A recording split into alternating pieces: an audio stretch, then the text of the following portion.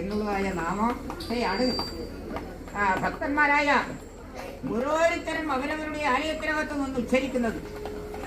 രാമ എന്ന രണ്ടക്ഷരം ഉച്ചരിക്കാൻ സാധിക്കാത്ത രത്നാകരൻ എന്ന് പറയുന്ന യാത്സാധവന് രാമ എന്ന് പറയാൻ നാവിനകത്ത് ശക്തി ഉണ്ടായിരുന്നില്ല. രാമ എന്ന് പറയാൻ ഇപ്പൊക്കെ സാധകം ഉണ്ടായിരുന്നില്ല. അങ്ങനെയുള്ള ആ രത്നാകരനാണ്, ഞാൻ അനവധി കഥ പറഞ്ഞ് സമയം കളയുന്നില്ല, അങ്ങനെയുള്ള രത്നാകരൻ എന്ന് പറയുന്ന രാജസാധവനാണ് ഇന്ന് നിങ്ങൾ അറിയപ്പെടുന്ന വാൽമീകി മഹർഷി. അല്ലേ? ശക്രമാസത്തിൽ വായിക്കുന്ന രാമായണമുണ്ട്. ആ രാമായണത്തിന്റെ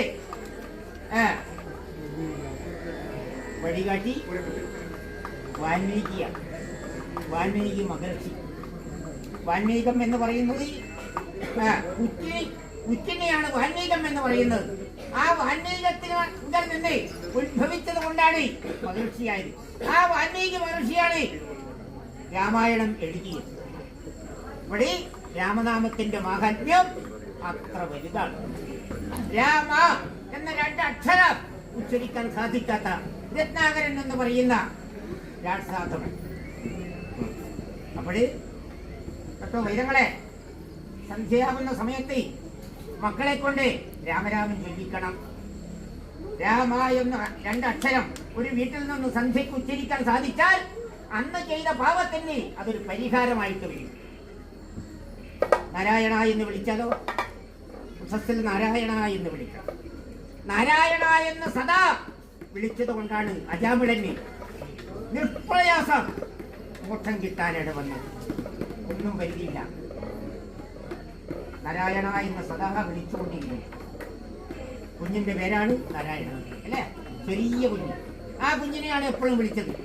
മരണസമയത്തും വിളിച്ചത് കുഞ്ഞിനെയാണ്. പക്ഷേ സാക്ഷാൽ നാരായണന് എന്നെയാണ് വിളിച്ചത് എന്ന് തോന്നുന്നു.